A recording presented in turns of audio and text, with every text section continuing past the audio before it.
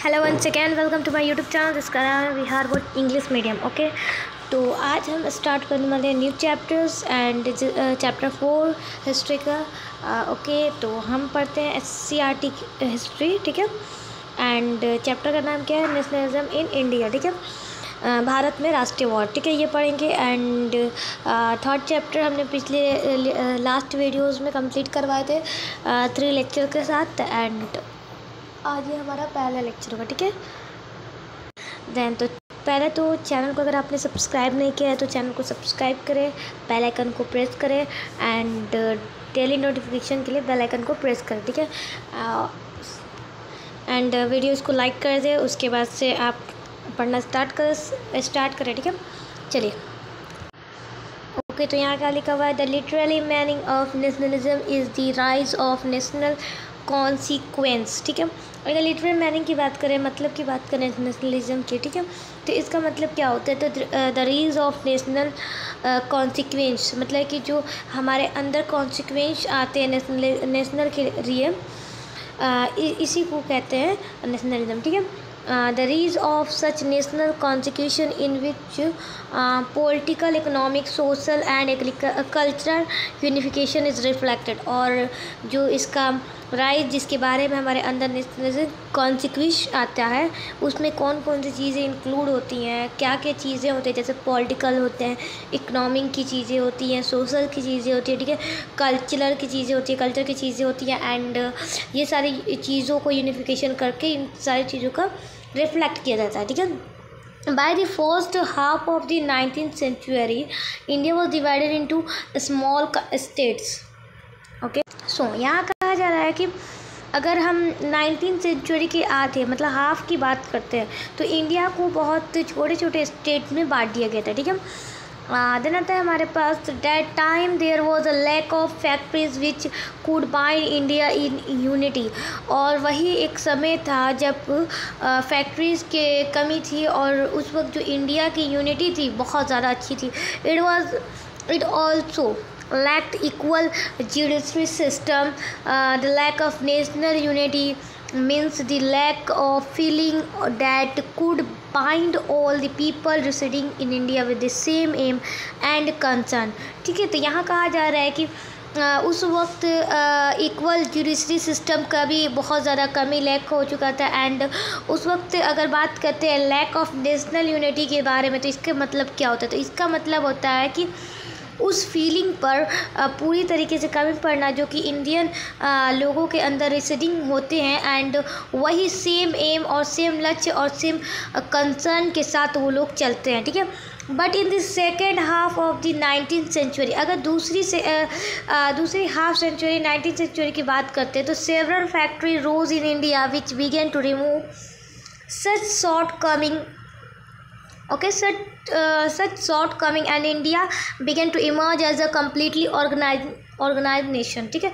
तो यहाँ कहा जा रहा है कि अगर उसी के दूसरे पहल 19th सेंचुरी की बात की जाए तो कुछ फैक्ट्रीज़ को, जैसे रोज़ फैक्ट्रीज़ जो थी वो इंडिया में वहाँ से रिमूव होना शुरू हो गई। और वहाँ से जो चीज़ें इंडिया को किया गया, तो इंडिया को वहाँ से कम्प्लीटली क्या किया गया? इमर्ज कर दिया गया एक नेशनल कंट्रीज़ के साथ, ठीक है। तो this is a nationalism and the expression of the nationalism is freedom struggle. और इसी को हम लोग नेशनलिज्म कहते हैं, ठीक है। एंड इसकी जो एक्सप्रेशन होता है नेशनलिज्म की, वो एक फ्रीडम के स्ट्रगल में होती है, ठीक है, आज़ादी के स्ट्रगल में होती है, ठीक है। देन आगे पढ़ते हैं, ठीक है।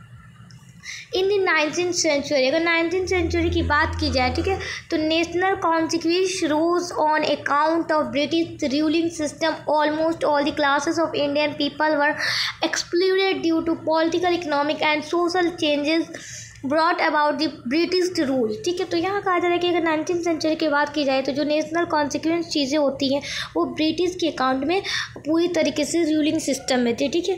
बट उनके सारे जो क्लासेस थे इंडियन पीपल के, वो ऑलमोस्ट क्या हो चुके थे, जैसे उन्हें ख़रीद लिया गया था ब्रिटिश के रूल के हिसाब से, ठीक है। ब्रिटिश जो रूल थे वो सारी चीज़ों में ख़रीद लिया गया था, जैसे पॉलिटिकल, इकोनॉमिक हो गया या सोशल चेंजेस के बारे में बात की जाए तो इन सारी चीज़ों को ब्रिटिश ने क्या किया था? ख़रीद लिया था, ठीक है। तो it avoid feeling of dissatisfaction, ठीक है, अमंग द पीपल। इसी कारण इसी सारी चीज़ों की वजह से जो लोगों में डिससेटिस्फेक्शन स्टार्ट फीलिंग उसकी थी जो थी चीज़ें शुरू होने लगे, ठीक है। ऑन दी अदर हैंड अगर दूसरी तरफ बात करते हैं, the British develop post and telegraphic system, railway, printing and press and equal administrative system. अगर दूसरी तरीके से बात करें तो ब्रिटिश की जो सारी चीज़ें थी वो डेवलप्ड पोस्ट होना शुरू हुई, जैसे टेलीग्राफिक सिस्टम हुआ या रेलवे पेंटिंग हुआ, पेंटिंग प्रेस हुआ या इक्वल एडमिनिस्ट्रेटिव सिस्टम, ये सारी चीज़ें क्या होने लगी, उसकी जो डेवलप्ड हुई, ठीक है। Through these things were developed for smooth functional of administration, yet they played an important role in the rise of national constitution।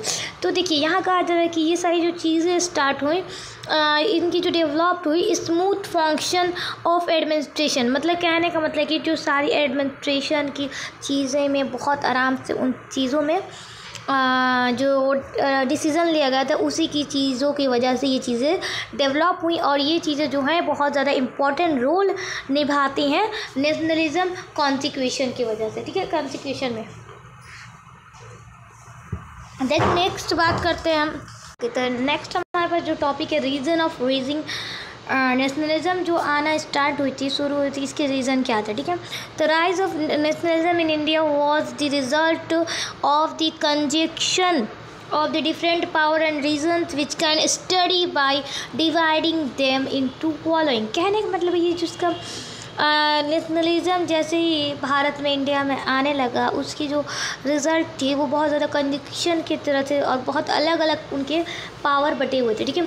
और उनकी जो रीज़न के बारे में अगर हम स्टडी करते हैं तो वो इन चीज़ों पर डिवाइड है, इन रीज़न पे डिवाइडेड है। जैसे पहला था पॉलिटिकल रीज़न, ठीक है, ओके। तो different factors contribute in the evening of national constitution in India but all were related to administrative policy. कहने का मतलब है कि बहुत अलग अलग तरीके से फैक्ट्रीज जो थी वो बहुत ज़्यादा कंट्रीब्यूटेड थी, ठीक है। और उनके अंदर जो नेशनल कॉन्स्टिट्यूशन जागने लगी, अवेक होने लगी, उत्सर्ग होने लगी, तो उनके लिए ये सारी चीज़ें जो थी ये रिलेट करना ईजिली थी, मतलब कि रिलेट कर रहे थे एडमिनिस्ट्रेटिव पॉलिसी को, ठीक है। ब्रिटिश की जो एडमिनिस्ट्रेटिव पॉलिसी को इन सारी चीज़ों को उन्होंने रिलेट करना स्टार्ट किया, ठीक है। तो the British ruler were the supports of imperialistic policy with the declaration of queen Victoria all the indigenous states came under the British rule. और जब यहाँ से ब्रिटिश के लोग जो ब्रिटिश के रूलर थे उनके साथ कौन सपोर्ट में थे, तो इम्पेरियलिस्टिक पॉलिसी, ये एक पॉलिसी होता है, ठीक है। और इसके साथ उन्होंने ये डिक्लेयर किया, उन्होंने ये घोषित किया कि जो क्वीन विक्टोरिया होते हैं, क्वीन विक्टोरिया थी जो, इन्होंने इनके अंदर ही ब्रिटिश के जो रूल होते हैं इनके अंदर होगा, स्टेट्स के अंदर, ठीक है। This incident give India national form to some extent. और यही इंसिडेंट है जब ये डिक्लेयर हुआ कि क्वीन विक्टोरिया के बारे में, तो ये इंडिया को बहुत ज़्यादा ही एक्सटेंड किया, मतलब बहुत ज़्यादा, ठीक है। That a great way of nationalist came in India and British made effort to repress. और यही चीज़ थी, इसी वजह से जो नेशनलिस्ट थे इंडिया के अंदर जागरूक हुई और जो ब्रिटिश का एफर्ट था वो रिप्रेस हुआ, ठीक है। इन 1878 की बात की जा रही है। The then viceroy Lord Lytton passed vernacular press act and impose ban on the press. और जो वेस्टियर लॉर्ड लाइटन थे उन्होंने एक प्रेस को एक एक्ट को पास किया, वो एक्ट का नाम क्या था, वर्नाकुलर प्रेस एक्ट। और इसमें उन्होंने एक बैन क्या किया, उन्होंने प्रेस को बैन कर दिया, ठीक है। और उसी वक्त बात की जा रही है 1879 की, तो वन सेकेंड, ओके। तो 1879 की बात की जा रही है, तो टू की weapons by Indians were declare illegal through arms act. और जो इंडियंस वेपन्स रखते थे उन्हें ये 1879 में डिक्लेयर कर दिया गया कि ये चीज़ें इलीगल हैं आर्म्स एक्ट के थ्रू, ठीक है। The Albert bill was passed in 1883 and it enforce nationalism in India. Albert bill ने पास किया आए और उन्होंने 1883 में ये इन्फोर्स किया कि इंडिया के जो नेशनलिज्म के बारे में, ठीक है। जब उनका जो main aim of this bill were to एक अल्बर्ट विल थे जो ये जो एक्ट पास हुआ था, उस एक्ट के थ्रू उन्होंने नेशनलिज्म को इंडिया में जागरूक किया। एंड इनका जो मेन एम था ये बिल को पास करने का, तो वो ये था कि जो क्रिमिनल केसेस होते हैं इंडिया में और यूरोपियंस, इसमें एक कॉमन कोड था, ठीक है, common code and put the privilege to and which cases on Europeans were heard of only by the European जजेस, ठीक है। तो यहाँ कहा जा रहा है, ठीक है, ओके, तो यहाँ क्या कहा जा रहा है कि जो इसकी मेन एम थी तो वो क्रिमिनल केसेस इंडिया और यूरोपियंस के बहुत ज़्यादा एक कॉमन कोड बनाया गया था और उसके अंदर रखा गया क्या गया था, तो जो सारी केसेस ख़त्म होंगी उनमें यूरोपियन की ही सुनी जाती थी, ठीक है।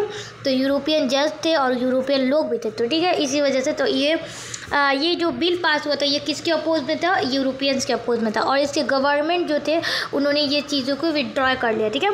और सिमिलरली लॉर्ड कर्जन ने एक पास किया था कोलकाता कॉपरेशन एक्ट 1899 में, और उसके जो इलेक्टेड नंबर थे वो बहुत ज़्यादा रिड्यूस हुए और उनके नॉन इलेक्टेड नंबर जो थे इंक्रीज़ हो गए, ठीक है, उनके नॉन इलेक्टेड नंबर इंक्रीज़ हो गए और इलेक्टेड मेंबर जो थे वो रिड्यूस हो गए, ठीक है।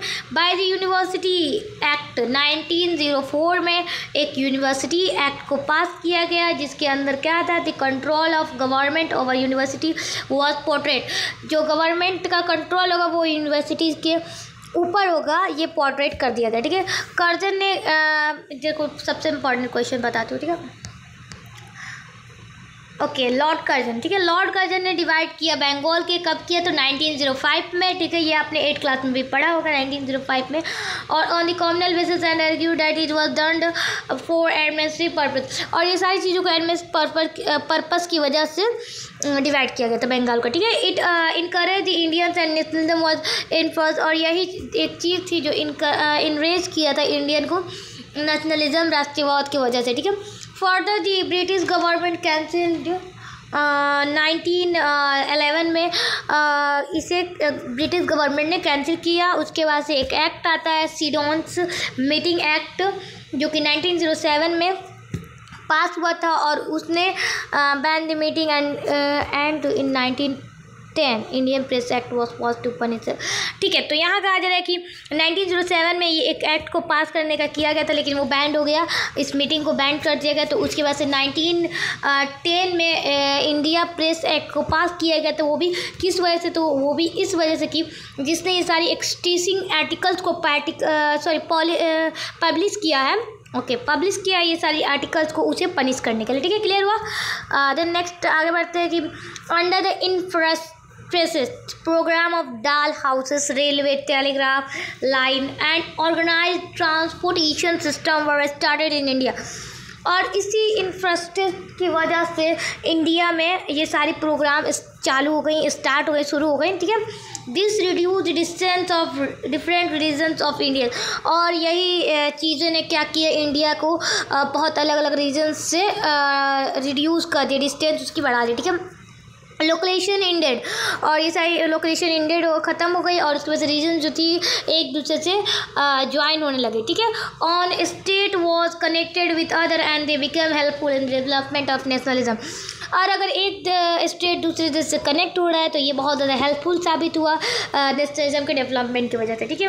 English education policy played an important role in the rising of nationalism in India, जो इंग्लिश एजुकेशन इंग्लिश के बारे में जो एजुकेशन हासिल करने की पॉलिसी थी ये बहुत ज़्यादा इंपॉर्टेंट महत्वपूर्ण रोल निभाता है नेशनलिज्म जो इंडिया में राष्ट्रवाद की राइजिस हुई थी, ठीक है, इसके ऊपर, ठीक है। It grew awareness of democracy and modern development, और ये बहुत ज़्यादा अवेयरनेस फैलाता है डेमोक्रेसी क्रांतिकारी डेमोक्रेसी और मॉडर्न डेवलपमेंट की वजह से, ठीक है।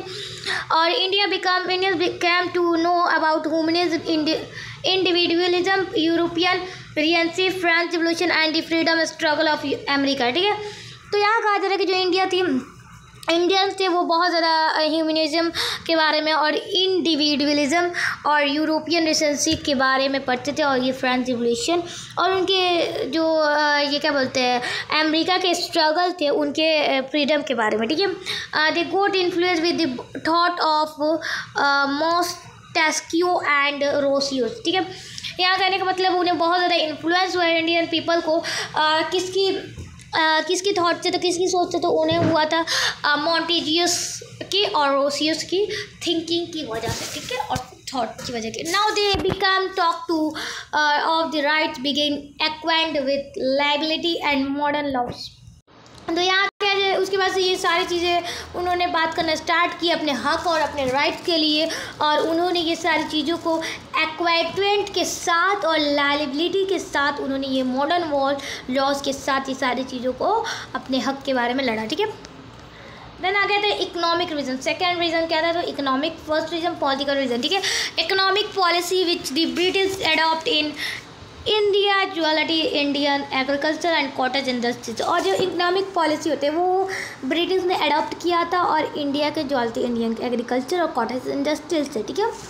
Due to British economic policy, अगर ब्रिटिश की इकोनॉमिक पॉलिसी के बारे में हम बात करते हैं तो उसका जो सिचुएशन है, फार्मर की जो सिचुएशन थी, वर्कर की जो सिचुएशन की, अदर क्लासेस की सिचुएशन की बात करें, वो बहुत ज़्यादा ख़राब थी, ठीक है।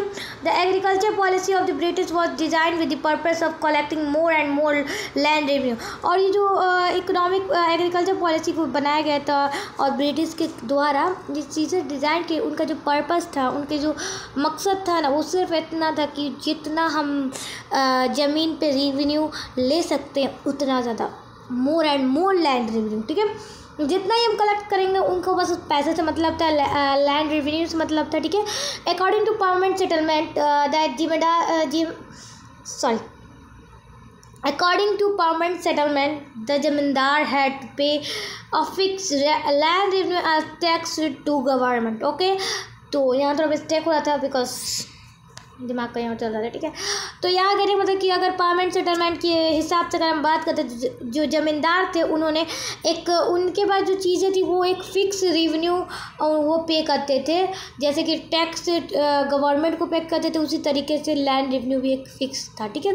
The zamindar collected more tax that they had to pay, और जो ज़मींदार थे बहुत ज़्यादा टैक्स को कलेक्ट करते थे, उसके बाद वो पे करते थे, ठीक है। Whenever the farmer right was against the exploitation from the ज़मींदार or money lenders, the government collected of the cash crop, indigo, cotton, sugarcane, etc. At its own rate and use them as raw material in own industries. अगर कोई farmer, अगर कोई किसान या अगर कोई person इस सारी चीज़ों में अगर अपनी आवाज़ को उठाता है ज़मींदार के लिए, ज़मींदार को, और जो पैसे उनसे लेते थे, ठीक है, और अपनी आवाज़ को उठाता है कि ऐसा क्यों हो रहा है, ये गलत है, तो वो क्या करते थे कि उनकी क्रॉप, उनकी जो सारी चीज़ें कैश क्रॉप थी जिससे वो पैसे कमाए, जैसे कि शुगर कैन हो गया, ये सारी चीज़ों से वो कैश क्रॉप उसको कहता है, ठीक है, जिससे पैसे हासिल करते, ठीक है। उनको लेते थे और उनको उस रेट में देते थे जिस रेट में उनको मन करता था, ठीक है। और उनका यूज़ पता है क्या करते थे, वो अपनी इंडस्ट्रीज़, उनके ब्रिटिश की जो इंडस्ट्रीज थी उनको यूज़ करते थे अपने इंडस्ट्रीज़ में एज ए रॉ मटेरियल। उनको तो सस्ते में मिल जाता अगर कोई फार्मर आवाज़ उठाता था, ठीक है। The farmers producing cotton and indigo suffer from this policy, और जो फार्मर थे वो बहुत ये सारी इंडिगी और कॉटन को जब वो प्रोड्यूस करते थे वो बहुत ज़्यादा इस पॉलिसी से सफ़र करते थे, ठीक है। देन आता है even in the industrial sphere the labours and worker were facing several difficult. British imposed several types of ban on cloth made in India, whereas there was no ban or tax on the cloth in England by the machine. और यहाँ कहा जा रहा है कि अगर industries space की बात करते तो जो लेबर थे या जो वर्कर थे वो बहुत ज़्यादा ही बहुत तरीके से डिफ़िकल्टीज़ को फेस करते थे, बहुत ज़्यादा। एंड ब्रिटिश के बहुत तरीके से उनके बैंड, जैसे किसी भी कंपनी का एक ब्रांड बनता है ना, ब्रांड बनता है और देन उसका मुहर लगता है और उनके ब्रांड का नाम लगा रहता है, तो उसी तरीके से जो ब्रिटिश थे उन्होंने बैन लगाया। क्या बैन लगाया? मेड इन इंडिया का। अगर देखा जाए तो उनके पास नो बैंड होता था और ना ही कैश के थी में होता टैक्स होता था क्लॉथ के, ठीक है। इंग्लैंड की बात की जा रही है, मशीन से अगर वो चीज़ें करते थे। तो इन 1802 की बात की जा रही है, जो गवर्नमेंट है उन्होंने इम्पोर्ट टैक्स को कपड़े पर बंद कर दिया, ठीक है। जो कपड़े कॉटन क्लॉथ पे टैक्स लगते थे इम्पोर्टेड, उनको हटा दिया। The goods made by machine in England was brought to India and the process of industrialisation India was very slow because the government was not in favour of industrialisation in India. और जो सामान बनती थी machine से England में, वो सारी चीज़ें इंडिया में भेजा जाता था, और उसी प्रोसेस में जो इंडस्ट्रियलाइजेशन थी इंडिया में वो बहुत ज़्यादा स्लो होती थी। इंग्लैंड से सामान इंडिया में आता था, तो और वो गवर्नमेंट जो था इंडस्ट्रियलाइजेशन की, जो इंडिया में इंडस्ट्रियलाइजेशन सेटअप किया था, उसके फेवर में नहीं था। इसी वजह से ये चीज़ें हुई थी। तो so in this situation it was quite natural the worker to be unemployed, और जो वर्कर थे वो बहुत ज़्यादा अनएम्प्लॉयड होते जा रहे थे, जॉबलेस होते जा रहे थे। ठीक है, तो इन ब्रीफ डिस्कशन, अगर बहुत ज़्यादा ब्रीफ की बात की जाए, ब्रीफ डिस्कशन की बात की जाए, तो एग्रीकल्चर और इंडस्ट्रियल जो थे, we come to know that every Indian society was facing difficulties under the British rule. और इस अगर एग्रीकल्चर और इंडस्ट्रीज में बात किया जाए तो इनमें बहुत ज़्यादा इंडियन सोसाइटीज़ जो थे वो बहुत ज़्यादा ही फेस करते थे डिफ़िकल्टीज़ को, बहुत ज़्यादा मुश्किलों को उन्हें फेस करना पड़ता था ब्रिटिश रूल के अंदर। ठीक है, the feeling of dissatisfaction did not give birth to national constitution suddenly, but dissatisfaction rose at different aspect of revolts in different time. और जो उनके मन में डिससेटिस्फेक्शन आया वो ऐसा नहीं है कि बहुत जल्दी ही वर्क कर दिया कि नेशनल कॉन्स्टिट्यूशन को उन्हें के अंदर जगा दिया उनके मन में, लेकिन हाँ वो डिससेटिस्फेक्शन जो चीज़ें थी वो बहुत ही डिफरेंट तरीके से काम किया। ठीक है, बहुत टाइम डिफरेंट टाइम पे और डिफरेंट तरीके से डिससेटिस्फेक्शन उनके अंदर आया, जब वो तो बहुत तरीके से काम किया। ठीक है, since the beginning of the company rule there rose several revolts. 1857 में रिवोल्टेल को एक्ट किया गया था। The revolution of 1857 complaint to think what the initial planning for success is Indians came to the conclude that freedom can be achieved through clarity of target, powerful institution, mature leadership, purity in the way of a struggle and well planned movement। ठीक है, तो यहाँ कहा जा रहा है कि जो रिवोल्यूशन 1856 में सोचने कंप्लीट किया गया कंप्लाइड, तो वो सारी चीज़ों में इसलिए प्लानिंग हुई थी इंडिया के सक्सेस के लिए, और वो कंक्लूज़न क्या निकला, तो फ्रीडम को अचीव करने के लिए कंक्लूजन निकला। उनका टारगेट क्या था, तो क्लैरिटी का टारगेट था, पावरफुल इंस्टीट्यूट को, और कुछ मैच्योर लीडरशिप या प्योरिटी, ये सारी चीज़ों में वो जैसे जैसे स्ट्रगल करते थे वो सारी मूवमेंट को उन्होंने प्लान किया था। ठीक है, देन बात करते हैं सोशल रीजन की बात करते हैं। ठीक है, the British policy of racial difference was also an important factor in the rise of nationalism in India. The English constituted themself supreme and neglected India. They did not treat Indians properly even in foreign country. Many types of legal ban were imposed on Indians in the South Africa. The Indians were not allowed to travel with the Englishmen in trains in India. ठीक है, they ill-treated the Indians in trains, clubs, roads, hotels. This encouraged the feeling of hatred among the Indians for the Englishmen। ठीक है, तो यहाँ से start होता है social reason. ठीक है, सोसाइटी के बारे में। ठीक है, तो यहाँ जो चीज़ें थी ना, बहुत ज़्यादा रेशियल डिफरेंसेस चीज़ें थी, बहुत इंपॉर्टेंट फैक्टर पे बात किया जाएगा। ठीक है, ओके, जो इंडियन में राष्ट्रवाद आ रहा था उनके अंदर, तो वो सारी चीज़ें इंग्लिश के कंसीडर में उनके सुप्रीम और नेग्लेक्टेड इंडियन की वजह से। ठीक है, तो ये जो चीज़ें थी ना, वो लोग जो थे इंडियन को अच्छे से ट्रीट नहीं करते थे, और फॉरेन जो कंट्रीज़ होते हैं ना, वो भी उनको ट्रीट जो है ना अच्छे से नहीं करते थे प्रॉपरली। तो ओके, 1 सेकेंड। और जो बहुत तरीके से जो बैन होते हैं ना, वो इंडियन और साउथ है इंडिया में बैन थे लीगल, उस तरह इम्पोज कर दिए गए थे इंडियन बैन को या इंडियंस को। ठीक है, और जो इंडियन थे उनको अलाउड नहीं था कि वो किसी भी इंग्लिश मैन फॉरेन के साथ फॉरेन वुमेन के साथ, फॉरेन आर्मी के साथ वो ट्रैवल करे, ट्रेन में हो इंडिया में। ऐसा चीज़ इंडिया में रहकर इंडियन के साथ ही इनजस्टिस हो रहा था। ठीक है, डिस्क्रिमिनेशन हो रहा था, और उन्हें तो ऐसा तो ट्रेन, क्लब में, होटल्स भी चीज़ें में उन्हें अलाउड नहीं था। और यही चीज़ें जो थी ना, इंडियंस में इंग्लिश मैन के लिए नफरत पैदा कर दी, ठीक है। The best policy of the British government survive provoked the nationalism in India. The government try to keep Indians aloof from the higher post. Most of the liability of government were in the hands of the officer of Indian Civil Service. तो यहाँ कहा जाता है कि जो इसमें policy था ना ब्रिटिश का गवर्नमेंट में, वो बहुत ज़्यादा उन्होंने उसकाया था इंडियन को नेशनलिज्म के लिए, और इसी चीज़ में क्या हुआ था तो वन सेकेंड, जो जैसे हायर पोस्ट थी ना, बहुत बड़े बड़े पोस्ट के लोग थे, जॉब थे, उनसे ना इंडियंस को बहुत दूर रखा जाता था। और लिएबिलिटी जो गवर्नमेंट की थी वो सारी चीज़ें तो ऑफिसर इंडियन के सिविल सर्विस के अंदर ही थी, ठीक है। तो थेरेटिकली बात की जाए तो Indians too could take part in competitive exam held for the selection of the is service. The selection Indians for the service was very difficult. If anyone selected the British government try to create obstacle in his appointment they did not with Surendranath Banerjee, so the educated and middle rise a strong voice against British rule। हाँ, तो यहाँ से शुरू होता है। देखो सबसे बहुत बड़ी बात, इंडियंस को भी पार्ट लेना था कॉम्पिटिटिव एग्जामिनेशन के लिए, IAS के लिए। अगर देखो वो सिस्टम में जाते तो ही बनते, मतलब कि वो जाकर ब्रिटिश के अंदर ही आवाज़ उठाएंगे ना, तो उन्होंने कॉम्पिटिटिव एग्ज़ाम में सिलेक्शन लेने की शुरुआत कर दी, ठीक है। और उन्होंने स्टार्ट कर दी अपनी तैयारी। और अगर बाई चांस किसी की सिलेक्शन हो जाती है बहुत डिफ़िकल्टीज़ के बाद उसमें, तो मतलब उनकी, हाँ, तो हम बात करते हैं कि अगर बाई चांस किसी भी इंडियन का सिलेक्टेड हो जाता है, अगर उसने एग्ज़ाम को क्लियर किया है और उसे इंटरव्यू के लिए जाना है, तो उसमें ब्रिटिश क्या करता था, उसमें ब्रिटिश बहुत ज़्यादा उनके लिए डिफ़िकल्टीज़ को क्रिएट करता था, अपॉइंटमेंट को क्रिएट करता था, उनको सारी चीज़ें वो करता था कि वो जाए ऐसे ना जाए। और उन्होंने ऐसा ही सुरेंद्र नाथ बनर्जी के साथ ही किया, और वो बहुत ज़्यादा एजुकेटेड, मतलब अच्छे एजुकेटेड थे, मिडिल क्लास के थे, और उन्होंने आवाज़ उठाई ब्रिटिश रूल के अगेंस्ट में, ठीक है। देन बात करते हैं रिलीजियस रीज़न, धर्म के वेद पर, ठीक है। Religious reformation movement play an important role in the awakeness of nationalism in any country of the world. In 19th century, many great men started a movement against social and religious malpractice.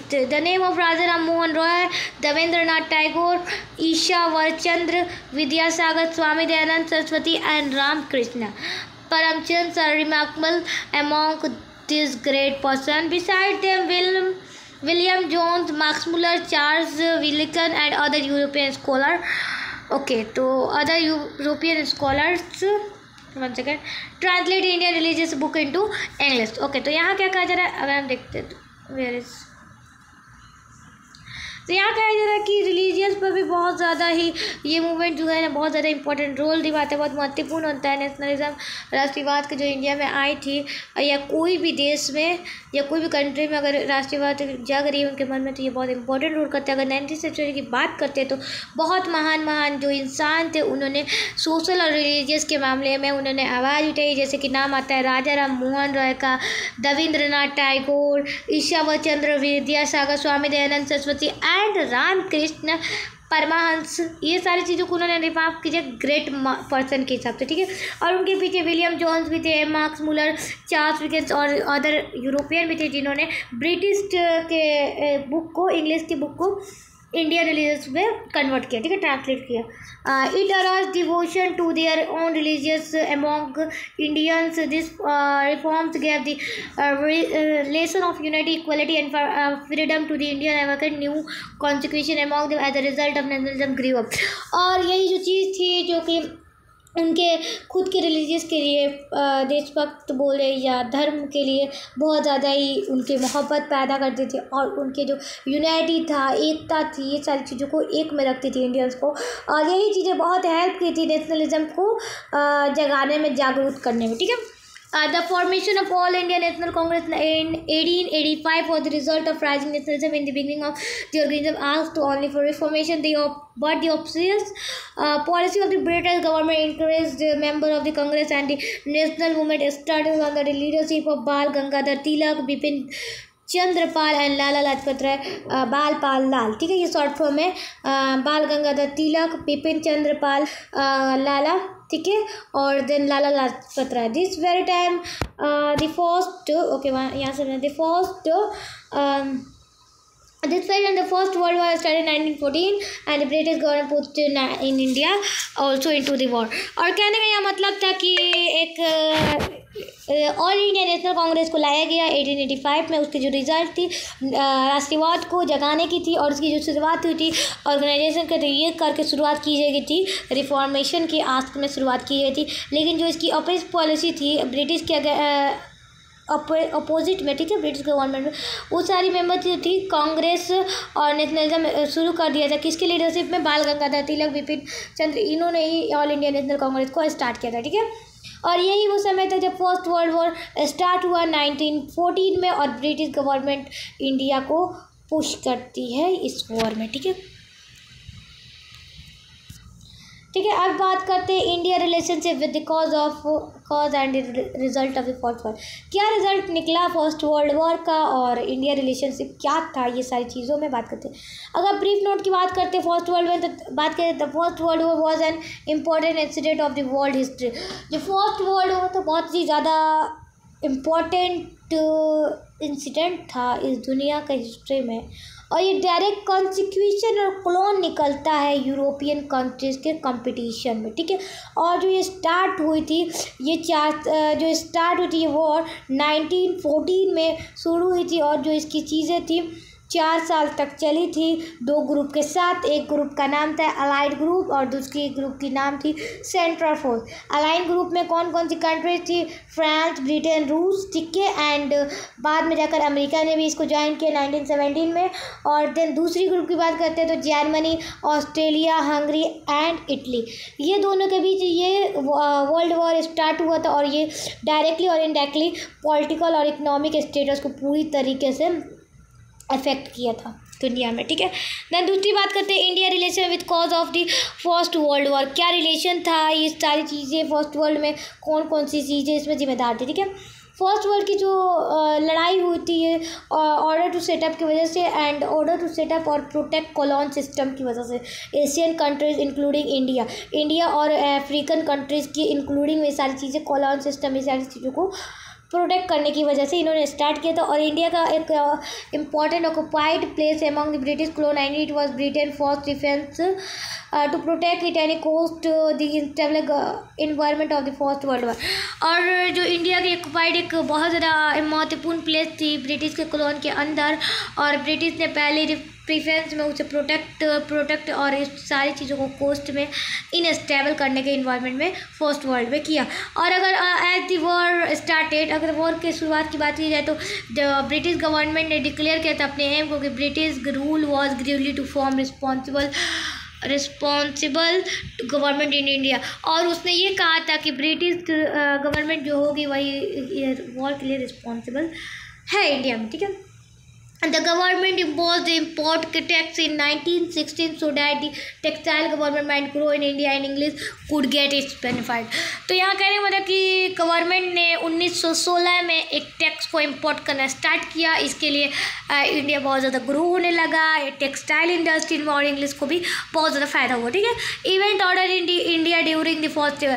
अब क्या क्या event order हुए India में first world के war के दौरान, तो पढ़ते हैं all the happening in India during the World War or the consequence of the situation arising from the war. It created a new economic and political situation in India which helped the national gain maturity, ठीक है। और यहाँ बात की जा रही है कि सारी चीज़ें होने के बाद इंडिया में जब वर्ल्ड वॉर के दौरान इन सारी चीज़ें हो रही थी तो ये सारी चीज़ों को जो सिचुएशन था कॉन्सिक्वेंस वॉर में अराइजिंग था और एक नया चीज़ जो क्रिएट हुआ था इकोनॉमिक और पॉलिटिकल सिचुएशन इन इंडिया में बहुत ज़्यादा हेल्प किया नेशनलिज्म गेन करने में, मैच्योरिटी का, ठीक है। देन बात करते हैं as the war started nationalist leader like Tilak and Gandhi provided every possible help in the war effort of the British government because they had faith in the institution of the government about Swaraj home rule. The confusions of Indians were removed as the war went ahead, as the defense expenditure increased. The index the tax on Indian was also increased which caused price hacking, ठीक है। तो यहाँ बात की जा रही है कि इस वॉर की जो शुरुआत हुई थी तो इसमें कौन कौन सा लीडर की बात की जा रही है, तो नेशनल लीडर भी शामिल थे लाइक तिलक, ओके, गांधी जी, और इन्होंने बहुत ज़्यादा प्रोवाइड किया, बहुत ज़्यादा ही चीज़ों को हेल्प करने के लिए इन्होंने एफर्ट लगाया ब्रिटिश गवर्नमेंट को हराने के, ठीक है, उस वॉर में एफर्ट कर लगाया। बिकॉज दे हैड फेथ, तो उन्हें ये विश्वास था कि स्वराज गवर्नमेंट में उन्हें बहुत ज़्यादा विश्वास था, और वो कन्फ्यूजन्स इंडियंस के थे जिन्होंने ये वॉर को रिमूव किया इसमें, और कन्फ्यूजन को और इस वॉर को अहेड किया, ठीक है, आगे बढ़ाया। और इसके जो डिफेंस एक्सपेंडिचर थे वो बहुत ज़्यादा बढ़ रहे थे, और उसका जो टैक्स था इंडियन में बहुत ज़्यादा बढ़ गया था, और इसी वजह से प्राइस हैकिंग होने लगा। और इसके बाद से स्टार्ट करते हैं, तो ये लाला लाजपत राय, ठीक है।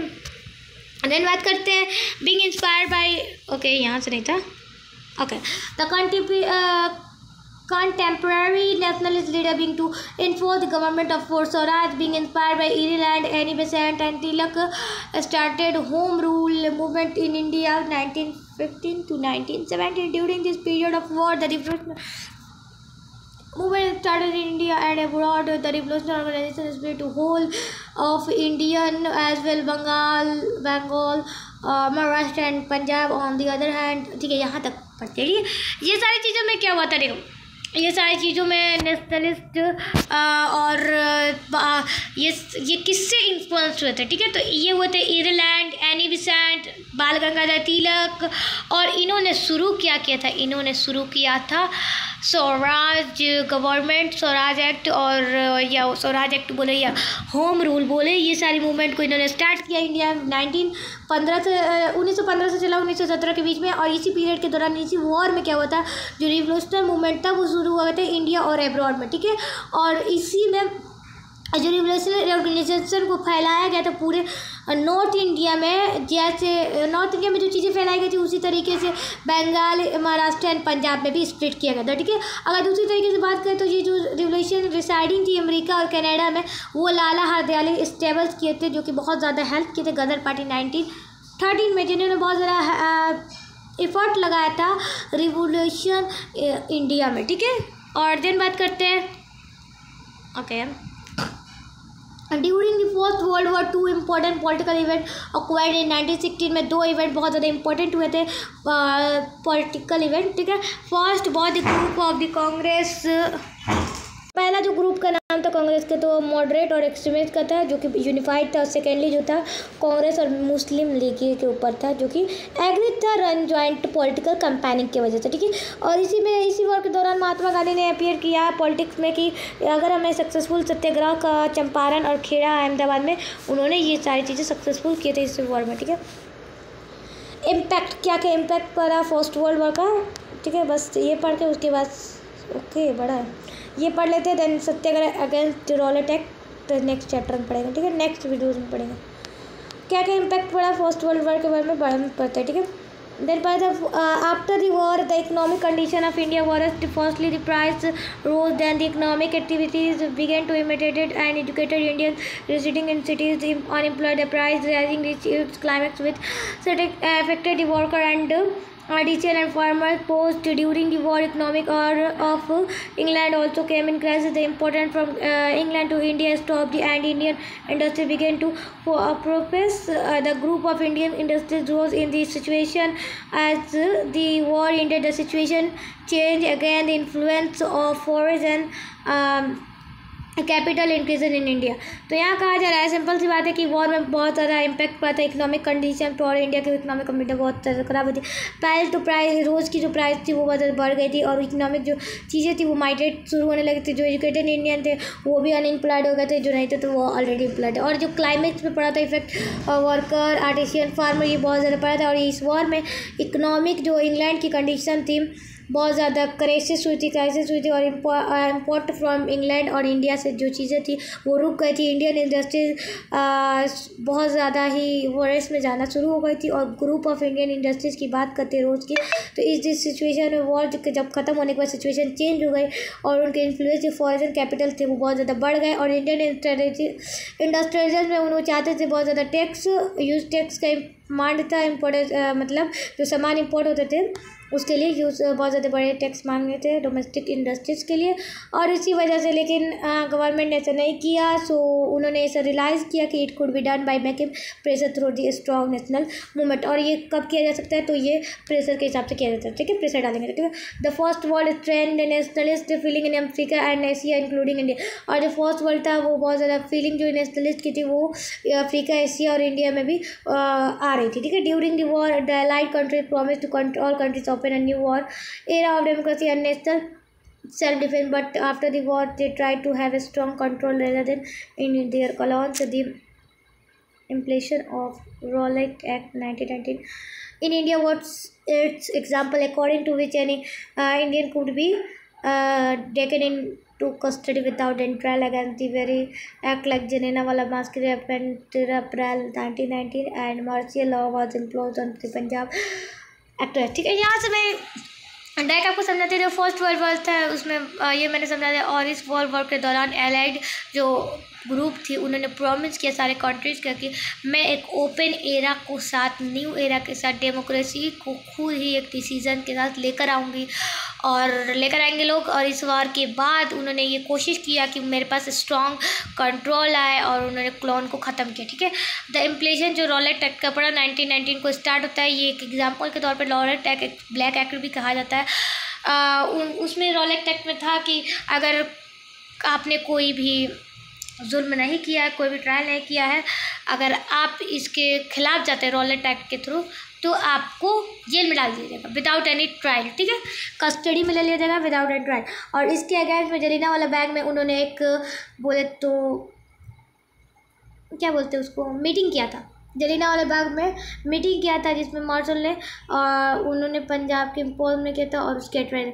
और जलियांवाला बाग वाला बहुत हत्याकांड बहुत ज़्यादा खतरनाक है, उसमें बहुत सारे लोग मारे गए।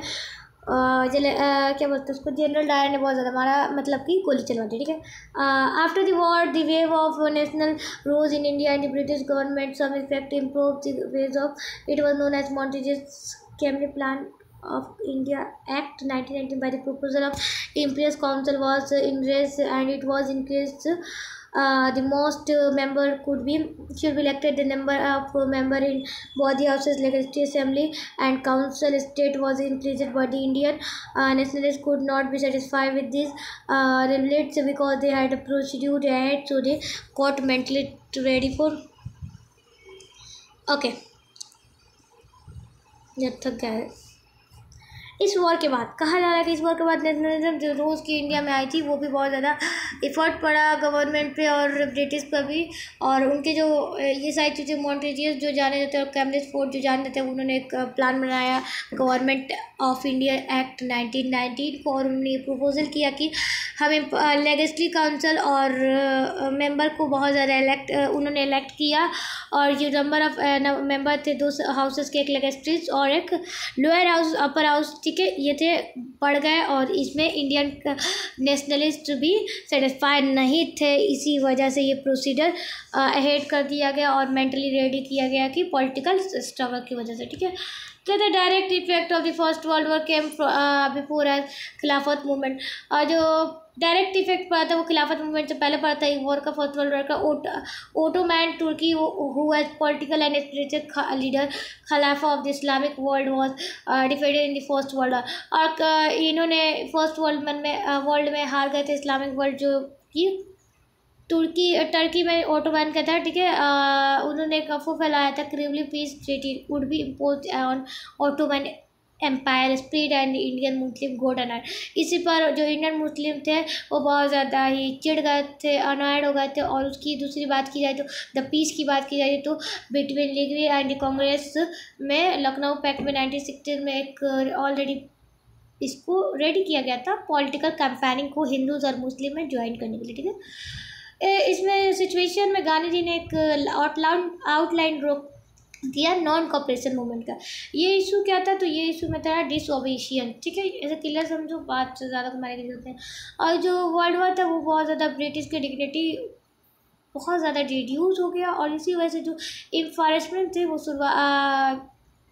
शुरू होने लगी। यूरोपियन भी आइडियोलॉजी थी उनकी और कल्चर की जो सारी चीज़ें थी वो इंटैक्ट करने लगी। लेकिन इस वर्ल्ड वॉर के टाइम वर्ल्ड वर्ल्ड वॉर के टाइम क्या हुआ था, लोबिस ने प्रोपेगेंडा बनाया, किसके थ्रू, किसके अगेंस्ट में बनाया था, तो ईच अदर, मतलब दोनों आपस में एक प्रोपागेंडा बनाया था, ठीक है। उन्होंने ऐसे बिहेवियर में था कि क्लोन के बिहेवियर में अनसेवलेस, और उन्होंने नेचुरली वहाँ के जो पीपल थे क्लोन के, उन्होंने दोनों साइड के लोग को बिलीव किया और ब्रिटिश के डिग्निटी को डर से शुरुआत में रिमूव कर दिया, ठीक है, हटा दिया, ठीक है। देन आता है the post war situation created the background of the Gandhian age in the national movement after coming back from the South Africa in 1915. Gandhi set up Sabarmati Ashram, Ahmedabad for creative work. He had movement, farmer Champaran and Khera worker movement in Ahmedabad and both national recognition. As a political leader at the last phase of First World War, he established a relationship between leaders of the Congress Home Rule and Muslim League. He started Satyagraha, non-violent protest against oppressive policy of the British rule and roller tactics. तो यहाँ गांधी जी की बात की जा रही है। ये war के बाद वो एक ऐसे सिचुएशन शुरू हुआ, गांधीयन एज, जो कि 1999 से 1947 तक चला था। इसमें क्या हुआ था, स्पीच जब गांधी जी साउथ अफ्रीका से वापस आए, तो जनवरी 1915 में साउथ अफ्रीका से वापस आए थे गांधी जी ने, और आते ही साबरमती आश्रम का सेटअप किया था अहमदाबाद में, जो कि वर्कर के लिए, ठीक है। और वहाँ के जो फिर उन्होंने क्या किया था, एक फार्मर मूवमेंट चलाया था चंपारण और खेड़ा में वर्कर के लिए, ठीक है, और अहमदाबाद। और उन्होंने एक बहुत ज़्यादा नेशनल लिबरेशन और उनके फैन फॉलोइंग बढ़ गई थी पॉलिटिकल लीडर में। उसकी वजह से लास्ट उनका जो फेस था फर्स्ट वर्ल्ड वॉर, उन्होंने बंद किया रिलेशनशिप को, उन्होंने एक क्लोज रिलेशनशिप को एस्टेब्लिश किया कांग्रेस, स्वराज पार्टी और मुस्लिम लीग, इस सारे को रिलेशनशिप को एक किया, और उन्होंने एक सत्याग्रह मूवमेंट को चलाया, और वो भी ब्रिटिश और उसके रॉलेट एक्ट के अगेंस्ट, ठीक है, समझ में आया। अब आगे पढ़ेंगे सत्याग्रह और अगेंस्ट रॉलेट एक्ट कैसे चला, ठीक है। यहाँ होता है वीडियो का एंड, ठीक है। मिलते हैं नेक्स्ट वीडियो में, तब तक के लिए चैनल को सब्सक्राइब करना। हाँ, ये चैप्टर जब एंड हो जाएगा, यानी 4 दिन के बाद, ठीक है, हम एक न्यू वीडियोस लाएंगे जो कि स्टडी मटेरियल नहीं होगा, लेकिन आपके जो टिप्स होंगे, मतलब कि ये चैप्टर में या एसएसटी का या साइंस का चैप्टर नहीं होगा, कोई वीडियोस नहीं होगा, वो बनेगा और चैप्टर और टिप्स और ट्रिक पर, ठीक है। यहाँ बात के लिए सुने, टिप्स और ट्रिक पर एक वीडियो बनेगा। और बहुत ज़्यादा बच्चे कन्फ्यूज़ होते हैं, जैसे होता है कि मीडियम के बारे में थोड़ा सा मैं एक हिंट देती हूँ, 5 मिनट और रुक जाते हैं, ठीक है। एक हिंट देती हूँ तो क्या होता है, ठीक है। जैसे मीडियम, इंग्लिश मीडियम कब चुनते हैं, ठीक है, इंग्लिश मीडियम में क्या नंबर को काट देता है, ठीक है, ऐसा कुछ मन में आता है बच्चे को सवाल। तो ये सारी चीज़ों के जवाब आपको मैं कल नहीं, परसों नहीं, कल भी नहीं, कल परसों नहीं, तब तक के लिए मैं 2 दिन में नहीं, ठीक है, तीसरे दिन मैं भी आपको वो वीडियोस आएगा, ठीक है। एंड सेकेंडली, अगर 2 दिन है आपके पास, तो और कोई आपके पास क्वेश्चन है या कुछ डाउट है मैथ्स या कोई भी सब्जेक्ट या बिहार बोर्ड को लेकर, कि क्या बिहार बोर्ड ऐसा कर सकता है, क्या बिहार बोर्ड कुछ एक्स्ट्रा नंबर देगा, क्या ग्रेस नंबर मिलेगा, ऐसा कुछ भी अगर आपको डाउट है तो आप कमेंट में पूछिए हमसे, और हम उस वीडियो में जो 2 दिन बाद आएगा, आफ्टर 2 डेज जो वीडियोज़ आएगी, उसमें उस क्वेश्चन को शामिल करेंगे एंड उस क्वेश्चन का आपको आंसर भी दे देगा, ठीक है। तो मिलते हैं नेक्स्ट वीडियो में, तब तक के लिए चैनल को सब्सक्राइब करें, वीडियोज़ को लाइक करें अगर आपको अच्छा लगा तो, और सब्सक्राइब तो करें ही करें। Okay, bye.